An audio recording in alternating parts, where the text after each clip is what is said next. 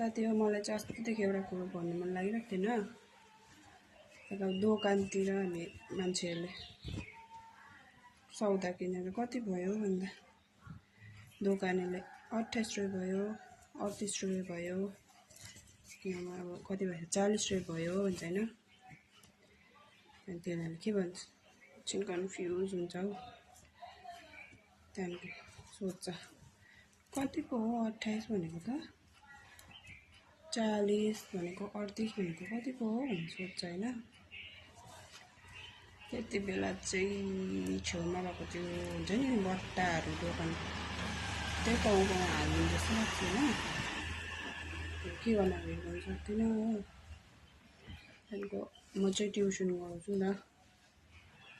अन्त नानीहरूले आज कति तारिक हो भन्दा आज 16 तारिक हो यस्तो हो भन्छु हैन। अनि तिनीहरूले के भन्छ मैम कति हो 16 भनेको, यति भनेको कति हो भन्छ हैन, जान्दैन नेपालीमा।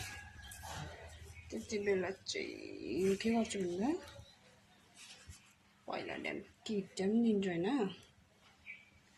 त्यहाँबाट चाहिँ भन्छु 28 भनेको 28 हो, यति भनेको यति हो भनेर भन्छु। त्यो अरूसँग रिस उठेको हुन्छ नि जसलाई हिर्काउन सक्दिनँ तिनीहरूको रिस पनि डल्लै तिनीहरूलाई पखाइन्छ।